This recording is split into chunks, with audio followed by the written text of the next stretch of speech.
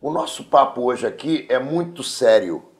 É um papo que vai tratar de criminalidade, de presídio, de como sair do crime e como entrar numa vida que possa ser considerada pelos próprios participantes dessa vida difícil da cadeia, da vida do crime, a própria pessoa se considerar efetivamente salva dessa desgraça que é o círculo vicioso de fazer mal a alguém e depois se sentir mal porque fez mal a alguém, mas que no final das contas continua fazendo mal aos outros porque vive nas condições da criminalidade.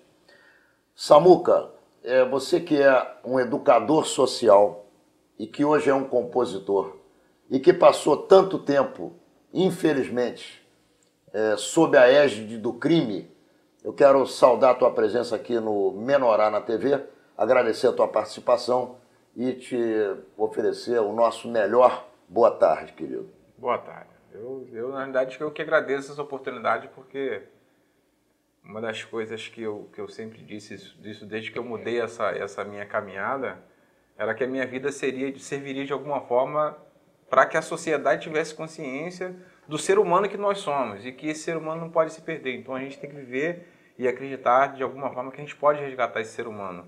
E normalmente com os caras que estão vivendo dentro das unidades penais. Né? Samuca, como é o teu nome todo? Meu nome é Samuel Muniz de Araújo. Você foi considerado Samuca durante quanto tempo? Bom, na realidade eu tive grande problema para aceitar meu nome Samuel quando criança. Então, na realidade, eu desde criança fui chamado de Samuca. Eu quero só dizer a você que Samuel é um profeta da minha religião, um profeta judaico, um profeta hebreu. Então, essa dificuldade é porque realmente as pessoas têm muito preconceito e você não sabia disso na época, quando você era pequenininho. Mas as pessoas vêm com preconceito contra esses nomes bíblicos e que, na verdade, esse nome é uma bênção para você. Deve ter te ajudado de alguma maneira. E hoje... Na verdade, hoje eu agradeço ao meu pai por ter posto, porque meu pai foi posto por engano, né? Ele pôs o meu nome por engano. Samuel não seria isso. E aí eu nunca entendi, mas eu acredito hoje mais do que nunca que era uma coisa universal, né? Uma coisa que veio de uma outra, de um outro universo. Então, eu agradeço porque eu acabei me descobrindo como ser humano ao longo do tempo. E aí percebo que o meu nome tinha muito a ver com que, de repente, o que eu sou hoje, pelo que eu faço, pelo que eu vivo, pelo que, de certa forma, eu represento para um grupo de pessoas. Né? Então, depois, já bem adulto, eu passei a entender e a lidar melhor com essa questão do meu nome. Maravilha. Eu quero também apresentar a você que já conhece, porque ele já bateu um papo profundo aqui comigo, e você deve ter assistido, o Vitor Por Deus, que é médico, a quem eu também saúdo e agradeço a presença aqui, querido, no Menorá na TV. Como é que vai você? Tudo bem, estamos na luta de fazer o chumbo em ouro, né? De transformar a doença em saúde. Eu acho que hoje nós vamos fazer isso aqui. E eu agradeço você ter nos apresentado ao Samuel, que veio aqui com muito carinho, com prazer e para alegria nossa. Eu que agradeço, vai ser uma honra para nós. Menorá na TV entrando no ar mais uma vez.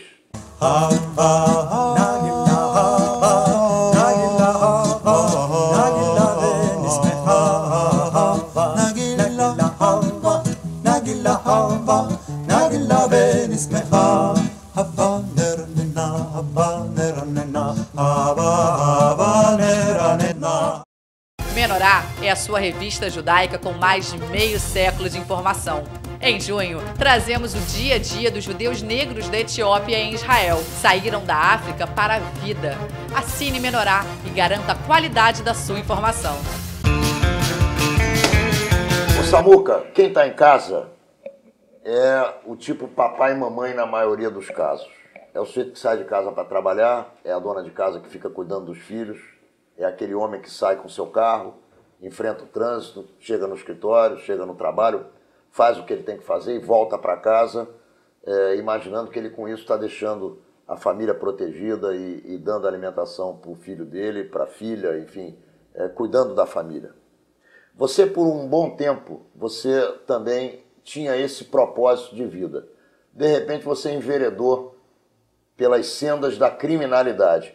Eu queria que você olhasse para aquela câmera que está focalizando você ali e que contasse como é que foi a tua experiência Como é que você vivia, como é que você se virou para o crime e como é que você conseguiu sair disso?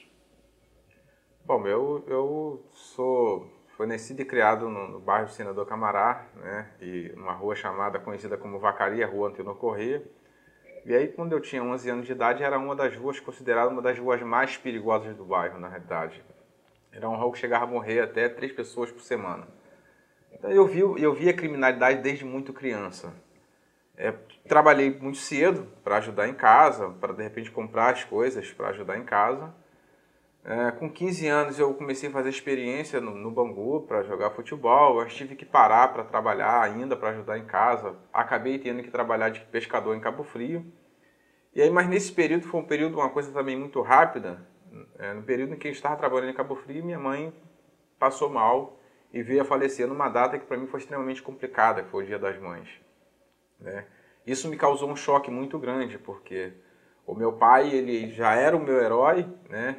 Mas foi um pai que, como muitos outros que a gente sabe que existem hoje, ele viveu fora de casa, ele viveu para trabalhar. Então quem educou foi a minha mãe, ele automaticamente não conhecia os filhos.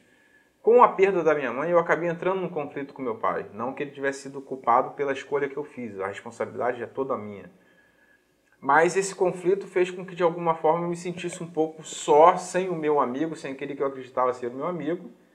Num momento até de revolta, mas assim, bem consciente do que eu estava fazendo, eu achei que deveria entrar para a criminalidade. Não queria fazer parte do tráfico pela visão que eu tinha sobre o tráfico. E comecei a assaltar, né? Então, logo cedo eu comecei a planejar. Eu já fiz parte de um primeiro assalto planejando. E isso fez com que, logo com pouco tempo, eu ficasse conhecido dentro da favela como o menor sinistro. E aí, nesse período, eram assaltos e mais assaltos, roubo de carro. E, de repente, assim, no ano de 88 a 90, embora eu não tivesse consciência, eu já passei a estar entre os caras mais procurados do Rio de Janeiro pela polícia do Rio de Janeiro inteira. Né? E quando foi no ano de 90, em agosto de 90, inclusive no dia do meu aniversário, eu fui preso e condenado por sequestro. E aí começou mais, sai de uma fase muito complicada da minha vida, que foi viver todo aquele processo de ter que fugir de polícia, de não poder dormir, de não poder curtir a família, então é um processo de vegetação mesmo. E aí eu entro para a cadeia, entendo todo aquele processo que é a unidade penal, né, o sistema penal, como funciona o sistema penal, e que aí infelizmente, hoje, claro, eu vejo muita coisa mudando, eu acho que para melhor, hoje a própria questão da educação nas unidades penais, eu acho que é uma coisa que pode fazer toda uma diferença, mas ainda tinha uma coisa que era muito da pancada, muito da pressão, né? E o que me aconteceu na época foi um ódio muito grande, que acabou sendo desenvolvido dentro de mim, maior do que o que eu já tinha, que talvez o que tivesse me feito entrar para a criminalidade. E aí, nesse período, foi o período em que eu comecei embora eu já estivesse compondo, hoje eu sou compositor, foi um período em que eu comecei a pensar que a ideia deveria ser praticar terrorismo. Então eu entendia, pelo menos na minha cabeça naquela época, um dos maiores inimigos dos bandidos, principalmente dos caras que viviam nas favelas, era o poder público. Né? Então, assim, a gente viu uma série de violências sendo cometida por pessoas que muitas das vezes compõem a política. E na minha concepção, isso deveria mudar. Então a ideia era, na realidade, pensar de forma que a galera que vivesse no crime dentro das favelas tivesse uma outra noção do que seria a criminalidade, não se degradear entre si e partir para esse lado, de pensar em algo nesse sentido e ter o poder público como um inimigo. Claro, eu comecei a adotar algumas estratégias, afastei de mim a minha família, né? E pensei, vi de que maneira eu poderia estudar toda essa situação, até que num determinado momento eu me deparei com o meu maior inimigo, que era o meu sentimento. Então eu percebi que o meu maior inimigo é o sentimento, visto que hoje mais de 95% talvez dos criminosos, dos grandes criminosos, considerados pela segurança pública do Rio de Janeiro ou talvez do país, quando eles são pegos, na realidade, a linha de investigação parte sempre da família, então isso está relacionado ao sentimento. E eu sabia ali que a partir dali eu tinha um inimigo, né? Levando em conta que eu tinha desejo de ver os meus filhos crescerem. Isso fez com que eu revisse alguns conceitos, que eu revisse algumas coisas que eu vinha pensando, e até que, depois de dar uma orientação de uma psicóloga da unidade penal, eu passei a frequentar algumas reuniões kardecistas, e nessas reuniões eu passei a buscar aí uma sintonia com Deus. Até que um dia eu tive uma revelação que dizia que eu ia embora da cadeia em novembro. Então isso mexeu com a minha cabeça, aí eu abri mão de tudo aquilo que eu fazia parte, de uma estrutura que o próprio tráfico ainda procurava manter, acreditando que apareceria um advogado mesmo que fosse de causa civil, não criminal. E isso realmente aconteceu. E o dia que aconteceu, esse advogado atuou e eu acabei ganhando um semiaberto no mês de outubro. No primeiro dia do mês de novembro, eu saí de uma unidade para outra e eu prometi a Deus naquele dia que ele pedia que ele me desse força, que eu lutaria, venceria com a minha música. Como forma de agradecer a Deus pelo que ele estava me dando, eu divulgaria a minha vida e a minha história para criança e adolescente não precisasse se envolver com a criminalidade e seria uma referência para que a sociedade, de uma forma geral, pudesse perceber que era possível o cara entrar dentro de uma unidade penal, como um preso, como interno, e se ressocializar assim. Mesmo porque um dos maiores problemas que o cara que encontra, o que o cara que sai da cadeia encontra, é justamente a questão do preconceito, que muitas das vezes está na própria família. Então a ideia era mostrar para as pessoas, de uma forma geral, que as pessoas precisavam de uma chance e que era possível sim. Então eu tinha o compromisso de vencer, de provar para os dois lados que isso era possível, né? Hoje eu sou educador social, já estou 14 anos em liberdade, atuo na área social há 12 anos já, né? Sou educador social, fiz parte de um projeto social que eu fundei na Vila Aliança, do qual eu coordenei por 6 anos. Viajei para fora do país, participei 2 vezes no Festival Mundial de Arte e Cultura na Holanda. Em 2006 eu fui para o Canadá participar do Seminário de Violência Urbana, né? E aí saí em 2006 desse trabalho, acreditando que eu poderia fazer algo mais. E desde então eu comecei a desenvolver um projeto, um trabalho com mais 2 pessoas que estão comigo, que é o Jefferson e o Binho, né? Ambos irmãos, são irmãos. E a gente começou a pensar um centro cultural. A gente começou a pensar um centro cultural que tanto desenvolvesse a parte cultural, o valor que a cultura tem, que a cultura tinha, essa coisa de desenvolver a parte da música, e não só um funk, não que eu tenha nada contra o funk, mas porque não outras danças dentro da favela, a parte da música, e sempre desenvolver atividades que tivessem, de alguma forma, pudessem inserir a galera no mercado de trabalho. Então hoje a gente tem um centro cultural, conduz um centro cultural, que já vem se tornando uma referência no Rio de Janeiro. Hoje eu sou um dos diretores, o vice-presidente do centro cultural. Estou retomando o meu trabalho, já que eu saí em 2006 da banda a qual eu montei com uma galera e fiz parte durante 6 anos. Estou retomando o meu trabalho esse ano, voltando com o samba, então estou mais ou menos com o repertório montado. A ideia é tentar gravar até o final desse ano, para aí estar retomando a minha carreira artística, que na verdade é o meu grande sonho, é o que me faz feliz. Agora, hoje, mais do que nunca, a minha importância, eu acho que a minha importância para a sociedade, é poder contribuir para as pessoas perceberem, antes de qualquer coisa, quem somos nós enquanto seres humanos. Isso eu queria perguntar ao Vitor, como é que ele pode aproveitar a experiência do Samuca para encontrar caminhos na ressocialização de outras pessoas que querem sair da criminalidade e que eventualmente não tem um braço, não tem um apoio, não tem alguém que possa, como o Samuca encontrou dentro de si próprio, alguém que possa encontrar forças para ajudar essas pessoas a saírem do lamaçal em que elas mesmas se colocaram e que eventualmente querem sair e não conseguem. Ele é a prova viva de que isso é possível, né? Então, a gente quando olha a história dele, vê a trajetória dele, a criação dele, né, num ambiente de favela, de periferia, de isolamento cultural, que é um ambiente que eu conheço também, eu sou criado em Realengo, né, numa Coab em Realengo, então a gente sabe o que produz esse isolamento cultural, essa ideia de que a gente está longe do mundo, longe de tudo, longe dos centros de consumo, né, do sucesso, da possibilidade de sucesso, e que a gente vai buscando outros caminhos e que o caminho do Samuca foi um caminho que, na verdade, não é incomum nas nossas comunidades mais pobres, nas nossas comunidades menos favorecidas, que é o caminho do crime. E que mesmo assim... Nem é incomum nas nossas comunidades mais abastadas. Ricas. Pois é. Então você vê que nós estamos cercados pela dificuldade por todos os lados. Mas que é possível. E que eu sublinharia 2 fatores aí na história do Samuca. Um é a cultura, né? A arte, a cultura, a composição, a música, e o outro a experiência religiosa, né? Que é essencial para o ser humano. Hoje, a gente estudando bastante essa questão da cultura e da experiência religiosa, a gente vê que isso é fundamental na questão da dependência química, na criminalidade, nas doenças sociais que nós temos que tratar.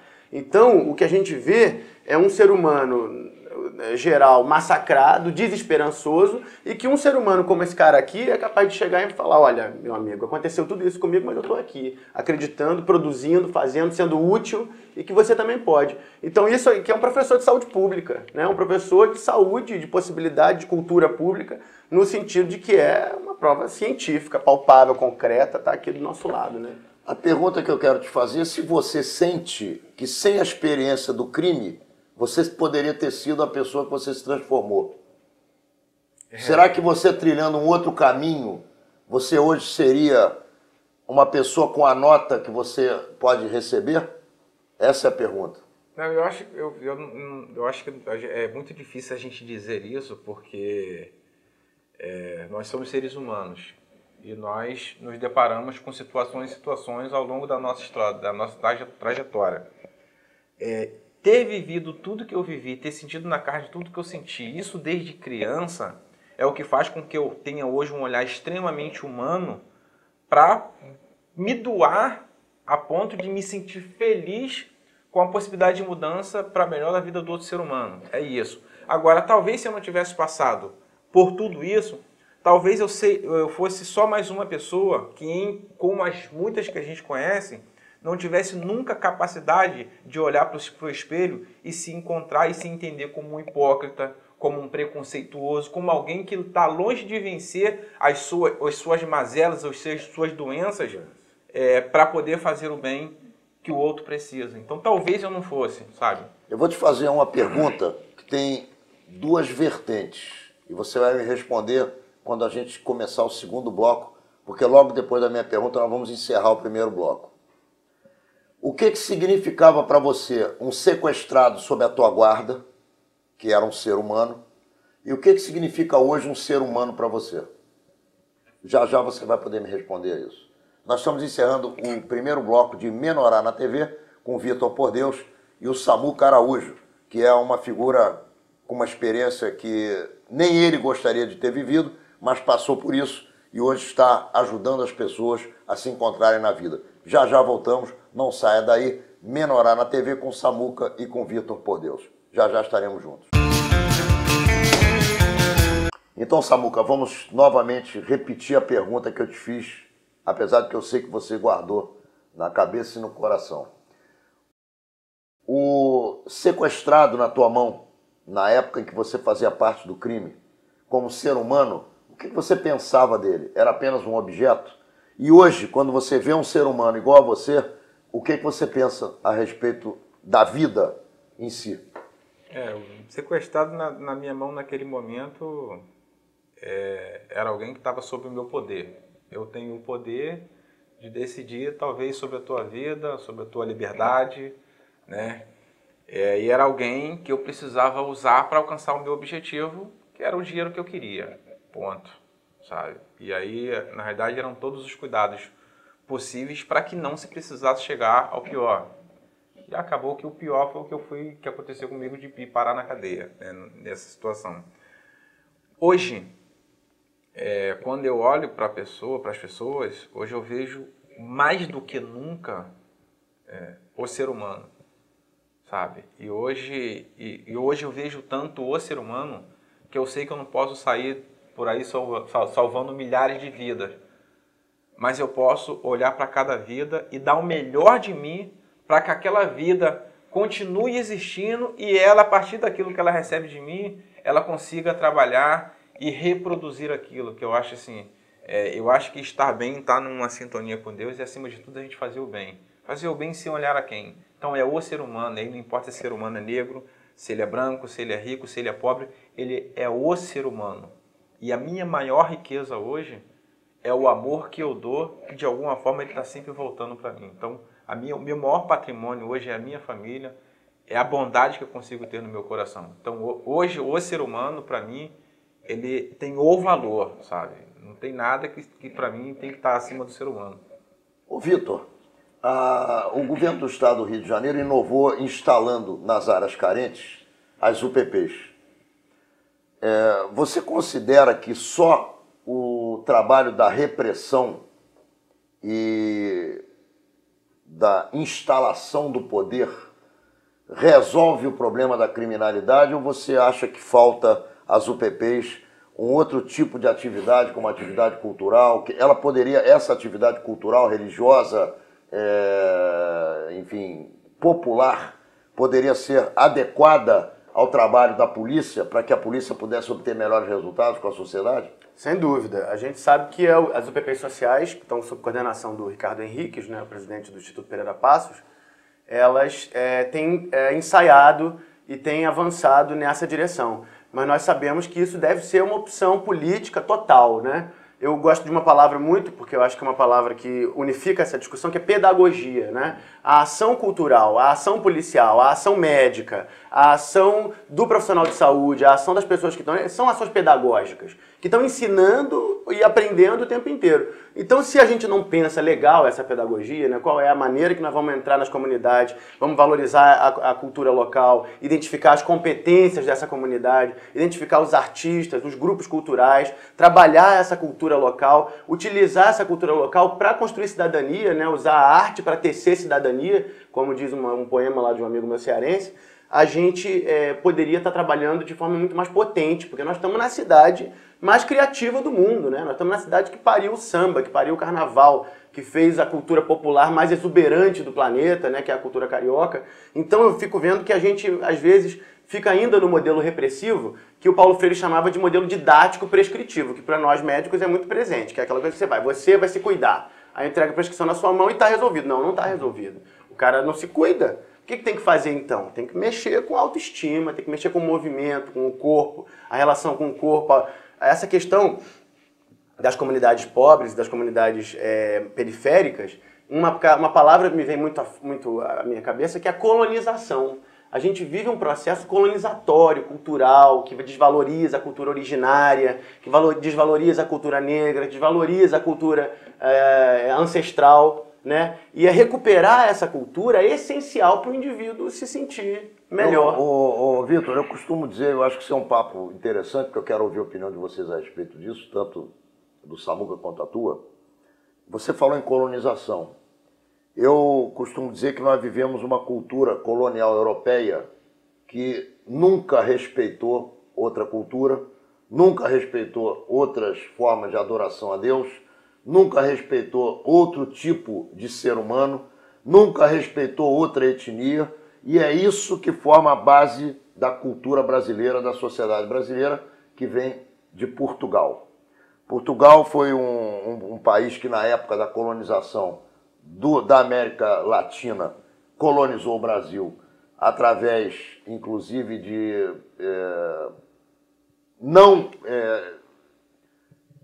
poder enfrentar os poderosos europeus, que eram os franceses. Você sabe que a família real portuguesa fugiu do Napoleão, veio para cá fugida do exército de Napoleão, porque Napoleão era um libertário que queria oferecer liberdade religiosa, que queria acabar com a Inquisição, que queria terminar com todas as possibilidades de achar que a população... E a família real de qualquer lugar vive disso, vive de fazer trabalhar para que eles possam ter a sua vida. Então, como é que se quebra esse regime, essa rotina do ariano branco colonizador contra toda e qualquer etnia, contra toda e qualquer religião, contra toda e qualquer cultura que não seja eminentemente a cultura hegemônica, na sua opinião? Eu vou invocar aqui um poeta brasileiro, Oswald de Andrade, e dizer que só a antropofagia nos une, né? A gente tem que ter essa capacidade de refletir de identificar essa cultura colonizadora, aprender com ela, identificar suas competências, o que a gente pode ganhar com ela, mas fundamentalmente não massacrar as culturas que estão no entorno, não massacrar os judeus, os árabes, os negros, os índios, que nós sabemos que foram mesmo, né? A gente vive hoje, a gente anda pelo Brasil, visita os lugares, nos menores lugares do Brasil você encontra toda a estrutura colonial, a igreja, a Casa Grande, a senzala e tal. Quer dizer, a gente como brasileiro, como esse povo mestiço, esse povo que misturou todas essas etnias, essas nacionalidades, a gente poder usufruir o que há de melhor nessas nacionalidades todas que compõem a nossa cidade. E isso é um trabalho cultural, é um trabalho de educação, é um trabalho de fortalecer a nossa identidade, né? Saber que nós somos, tem um termo que fala que nós somos greco, árabe, judaico, cristãos, tupinagôs. O único povo do mundo que é assim, pô. Então isso é uma grande vantagem, é uma grande possibilidade de a gente trabalhar uma cultura, a multiculturalidade, né? Hoje tem um grande debate na saúde pública internacional, que é como fazer saúde em sociedades multiculturais. Nós estamos publicando um artigo sobre isso agora. Então, como é que faz saúde multicultural? Como é que você chega lá em Vila Aliança, que tem uma história de vida, que tem escravos que foram mal libertos, que foram removidos das zonas centrais da cidade, transferidos lá para coabs distantes, periféricas. E como é que você trabalha a saúde, o entendimento da saúde, a cultura, a autoestima dessa comunidade, desse indivíduo, né? Então nós estamos com essa ideia da antropofagia, que é uma ideia velha na literatura brasileira, mas que é antropofagia. Vamos antropofagizar. O ritual antropofágico dos índios, né, dos índios Tupinambá, aqui da região sudeste, era devorar o inimigo em ritual e absorver os seus poderes, né? Então o Zé Celso gosta de brincar que o Brasil foi inventado quando os índios devoraram o bispo Sardinha, que estava indo para a colônia para pegar mulheres para branquear. Não conseguiu, ficou no meio do caminho, né? Então antropofagia. Você, com a tua experiência de Deus, com a tua experiência religiosa, você tem consciência absoluta, eu sei, eu estou afirmando que você tem consciência de que essa experiência falta no coração da maioria das pessoas. Como é que se coloca essa semente na cabeça do ser humano? Nós, normalmente, apontamos muito o dedo, né? Se a gente vê a televisão, se a gente vê a pessoa fazer isso ou fazer aquilo, a gente, às vezes, quer dar lição de moral, a gente quer condenar, quer julgar. E a sociedade, de uma forma geral, vive muito em função disso. Quem é o culpado? Mas deixa de fazer, não faz, sabe? E uma das coisas que a gente adotou, inclusive, no Centro Cultural, é a política do não tacar pedra. Então, assim, se eu acho que aquilo precisa ser feito, eu tenho que procurar saber como posso fazer e eu mesmo meto a mão e faço. E a felicidade, a alegria, o amor que é produzido em mim é o que eu vou passar para as outras pessoas. E eu não estou aqui para dizer que ninguém tem que fazer nada, não. Eu estou aqui simplesmente para dizer que eu sou feliz fazendo o que eu faço. Eu sou feliz descobrindo esses caminhos a cada dia, mas eu vivo em função disso. Né? E o que as pessoas precisam rever os seus conceitos, as pessoas precisam começar a destruir na cabeça delas essa questão da prisão, da penitenciária, porque elas criam uma ideia de penitenciária e constroem nas suas mentes um outro presídio. E aí elas deixam de praticar o bem, elas deixam de olhar para o ser humano, que elas estão o tempo todo se preocupando em julgar, e elas começam a ficar cada vez mais prisioneiras dessas histórias. Por quê? Porque cada vez que a gente pratica uma violência, porque olha para a pessoa que é negra, que é isso, que é aquilo, e a violência verbal, do simples fato de julgar, é alguém que você passa na rua e você pega e recolhe teu braço. Só que aquela pessoa, de repente, está até com fome, é um trabalhador, é alguém que nunca cometeu um crime, mas você fez um pré-julgamento e você teve uma atitude que fez ele se sentir agredido. A concepção de violência da sociedade, de uma forma geral, da maior parte, é o tiro de fuzil, é a agressão física, né? São as várias outras coisas que existem. Na verdade, até torcer o nariz pode ser uma violência inimaginável. É isso. E aí não entendem o mal que é produzido na vida dessas pessoas, no coração dessas pessoas. Então, quantas vezes, por exemplo, eu não estive numa situação que alguém olhou para a minha cor e pela maneira como eu estava vestido e ficou me olhando desconfiado. Legal. Eu tenho duas maneiras para receber aquilo ali. Eu posso gritar, eu posso agredir, eu posso passar para dentro, posso trazer aquilo para dentro de mim e ficar sofrendo. E em função daquilo ali eu tenho uma decisão de falar, pensa isso de mim, então eu vou fazer dessa forma. São as várias maneiras de se ver e de se seguir, né? Então hoje o que eu falo, o que eu procuro fazer é tentar ter uma leitura sobre as coisas que estão acontecendo no dia a dia e antes de julgar, eu tentar entender que bem eu posso fazer. Então, quando eu tento entender isso e quando eu vou lá, pratico e consigo minimamente ter uma resposta que ela é satisfatória, tanto para mim quanto para o outro, mas principalmente para o outro, porque é algo que vai mudar a vida do outro para melhor, então eu consigo ter uma resposta, eu consigo minimamente usar isso como mensagem para falar para as pessoas. Parem de perder tempo jogando pedra. Parem de perder tempo julgando, sabe? Parem de achar, é muito bonitinho. Vai lá e faz. Tenta sentir o que é isso. Tenta saber o que é isso. Tenta saber o que é abrir mão desse egoísmo que a gente tem. Porque a gente está sempre preocupado em fazer por nós primeiro. Então a gente começa a cuidar um pouco do outro para entender como é que isso pode reverter para a gente. Como é que é a tua conversa com teus filhos mais velhos, com os meninos que você tem? Eles te questionam? O pai, tu andou fazendo coisa errada, você andou fazendo isso, fazendo aquilo, a gente sabe como é que foi isso na tua vida, como é que você se sentiu. Eles falam com você sobre isso, você conversa sobre a tua experiência pessoal com os teus filhos? Hoje, na realidade, eu tenho até pouco contato com meus filhos mais velhos. O mais velho está morando, né, que me deu um neto agora, está morando em Espírito Santo. E aí, como é de uma relação, da relação com as mães, que a gente acaba não estando muito próximo, consequentemente isso acaba distanciando também. Mas desde que eu saí da cadeia, eu procurei dentro da cadeia escrever cartas para meus filhos o tempo todo, mostrando o momento que eu estava vivendo e o que eu um dia faria para que eles tivessem orgulho de mim. Então, desde que eu saí da cadeia, eu saí para mudar a minha história acreditando nisso. Eu devia a Deus e devia aos meus filhos, já que foi por eles que eu mudei, antes de qualquer coisa. E eu nunca escondi deles, na realidade, o que eu fiz, os erros que eu cometi. Eu fui isso. O grande desafio foi sair da cadeia e voltar para dentro da área da Vila Aliança, onde eu atuei criminosamente, e desenvolver um trabalho ali dentro. Então, os meus filhos teriam que saber disso. Então, eu sou uma pessoa que já apareceu várias vezes na mídia, né? A última entrevista da gente agora foi no Jornal Globo, né, para a revista o Globo. Então, eu sempre passei para eles o que eu tinha vivido e o que eu estava fazendo e por que eu estava fazendo isso.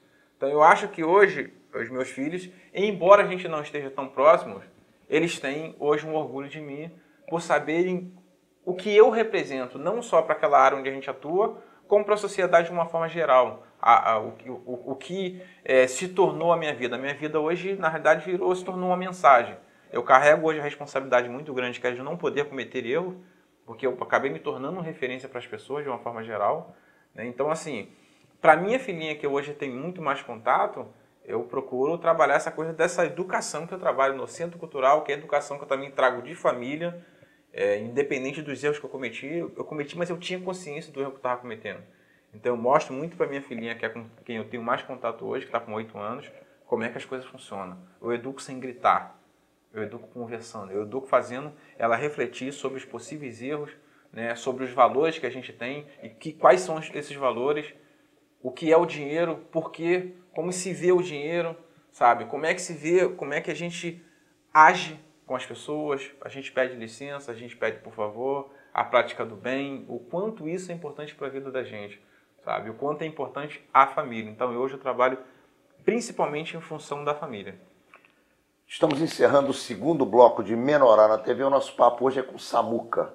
O Samuca é um ex-presidiário, mas antes de ser presidiário, ele era um filho de uma família que ele mesmo reputa uma família sem muitos recursos econômicos, mas que deu educação a ele. E na minha avaliação, ele só pôde voltar à vida fora do crime em função da educação que a mãe e o pai dele deram a ele. Porque se isso não tivesse acontecido, na minha avaliação, não haveria a menor hipótese. Ele teve um momento difícil na vida, depois voltou à realidade e hoje está aí educando, ajudando a educar pessoas. E também o Vitor Por Deus, que é um médico espetacular, que trabalha com a cultura no sentido de dar capacidade educacional ao povo para que o povo viva uma qualidade de vida melhor. Já já voltamos com o terceiro bloco de Menorá na TV e eu tenho certeza que você vai aproveitar desse nosso papo com o Samuca e com o Vitor. Já já estaremos juntos. Ô Samuca, vamos voltar para a vida do crime. Depois nós vamos sair dela de novo. Qual é o sentimento de um criminoso que sabe que está cometendo um crime no momento em que ele está rendendo uma pessoa? É um sentimento de medo? É um sentimento de angústia, de ansiedade? Qual era o teu sentimento quando você estava na beira de sequestrar uma pessoa com um camarada na tua frente e uma arma na mão? Na realidade, assim, eu sou conhecido por ser uma pessoa fria. É uma característica minha de ter uma frieza muito grande. Mas eu vi você com lágrimas nos olhos aí há uns 2 minutos atrás. Quando você falava da tua filhinha que você está educando com muita tranquilidade. Aí é mexer no sentimento. Eu, na realidade, assim, eu tenho uma característica, isso é uma característica minha, talvez até de autoconfiança. E são perfis, na realidade, do cara que vive no crime. Então, tem um cara que é muito frio, tem um cara que é muito tranquilo, tem um cara que é emocionalmente equilibrado. Eu fui um cara que eu nunca, em ação nenhuma que eu usei droga antes. Se eu usasse, eu não ia. E uma das coisas que eu procurava fazer, na realidade, era passar para a vítima, na realidade, uma segurança, ou seja, fazia com que ela não entrasse em desespero. Que uma das coisas que eu acho que desespera... Se você está na minha mão, está protegido. Não vou te fazer nada. Assim, a ideia era mostrar que eu não queria fazer mal. E uma das coisas que faz com que muitas das vezes a vítima pire mesmo e reaja é exatamente a arma que está apontada para a cabeça. Porque ter uma arma apontada para a cabeça é uma coisa absurda. E eu sei o que é isso também. Entendeu? Então, na realidade, o que eu fazia era mostrar a arma e guardar a arma. Então, eu pedia. Eu dificilmente xingava palavrão, sabe? Eu tinha aquela coisa do, por favor, não faça isso, por isso, por isso, por isso. Eu sempre explicava as coisas dessa forma. Agora, antes de você completar a resposta, como é que você reagiu quando você teve uma arma na cabeça? Bom, eu reagi entendendo que aquele poderia ser meu último minuto. Foi isso. Na realidade, foi quando eu passei e fiquei na beira de um rio com um policial querendo que eu entregasse alguns amigos. E eu falei que não. E ele perguntou e falou que eu tinha mais medo dos caras. Eu falei, não, você trata de ter medo. Trata de, se tiver que morrer, eu vou morrer como um homem.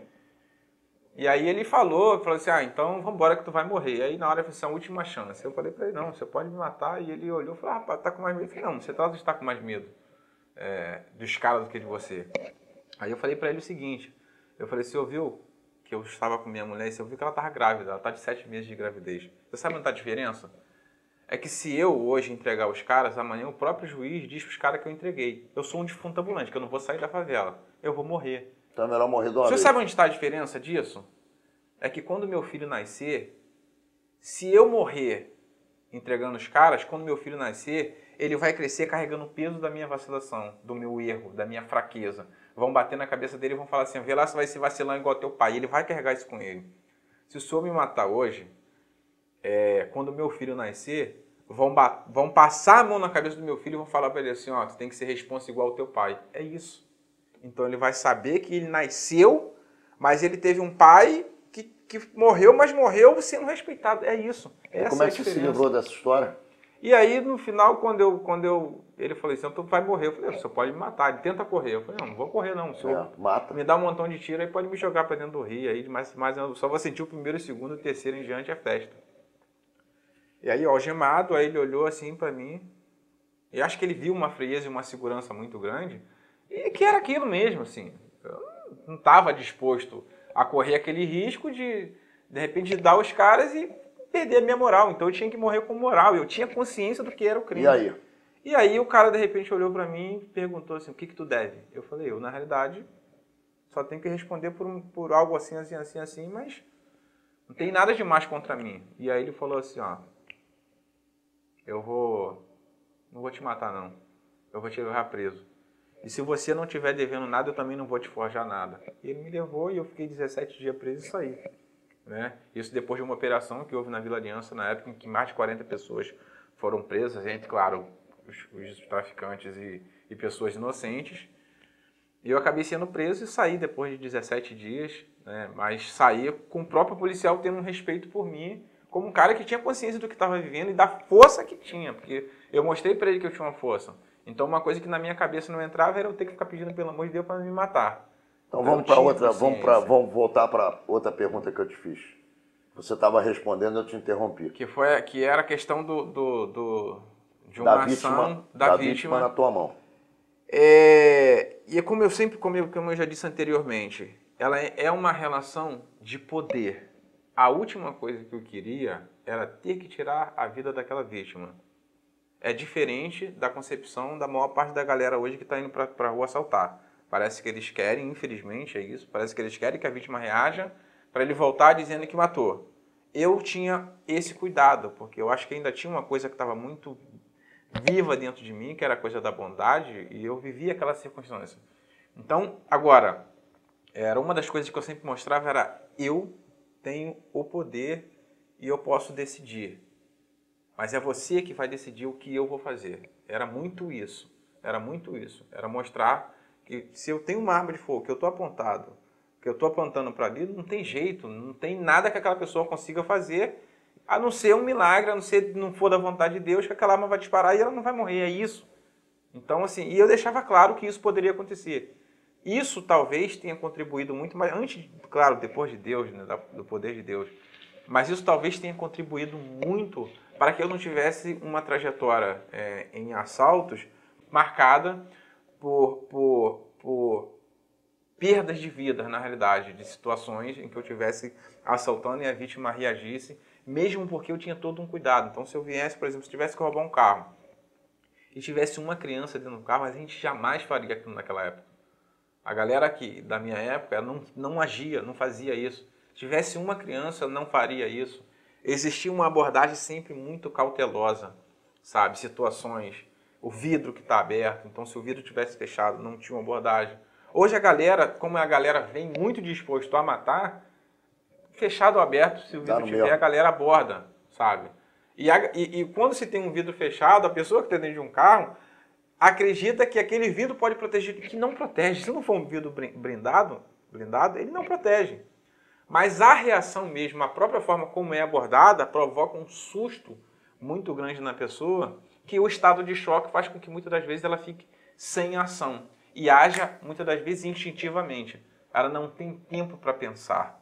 E esse instinto, muitas das vezes, é o que salva ou que faz com que a gente perca a vida, né? Então, acho que eu, como qualquer outro, o assaltante, aí não posso ser hipócrita em dizer, não, porque se fizesse, se reagisse, talvez eu não matasse. Não. Naquele momento, se reagisse, até porque reagiu, são dois riscos.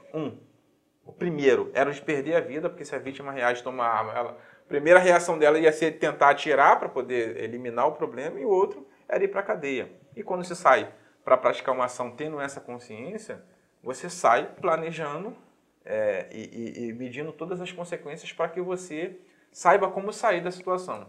Ô Vitor, na verdade você conversa com o Samuca e você vê que a inteligência dele é uma inteligência acima da média. Ele tem a capacidade de articular, ele diz que estudou só o primário, ele tem capacidade de articular o pensamento dele, ele tem capacidade de compreensão perfeita do que ele fez, do que ele não fez, do que ele poderia ter feito, do que não aconteceu por sorte, ou por azar, ou não aconteceu, ou porque Deus estava do lado dele desde o primeiro momento. Como é que você pode imaginar a recuperação de pessoas que não têm essa capacidade de compreensão das coisas? Eu acho que a gente está trabalhando justamente nisso, né? Na ideia de uma clínica cultural de saúde, né? A gente desenvolve um projeto no Pavãozinho, em Água Santa, e eu acho que o essencial, o mais difícil para o profissional de saúde, ou o profissional que esteja atendendo, é romper a tradição de trabalhar com a carência. Porque você vai no médico, o médico quer saber o que você tem de doença. Nós não, nós queremos saber o que você tem de competência. Claro que nós vamos tratar as doenças, os antibióticos e tal, que eventualmente precisa, e vai ter que ter, mas tem que identificar a competência. E aí a gente tem uma experiência muito forte com esquizofrênicos, né? A gente trabalha lá no Museu de Imagem do Inconsciente, com esquizofrênicos, e o esquizofrênico é muito claro nisso. A gente acabou de fazer um espetáculo lá e a entrada dos esquizofrênicos no espetáculo é reveladora, porque o cara faz poesia, faz música, dança, canta. Agora, se eu ficar olhando para ele como um doente psiquiátrico, eu não consigo abrir essa competência, essa possibilidade de movimento.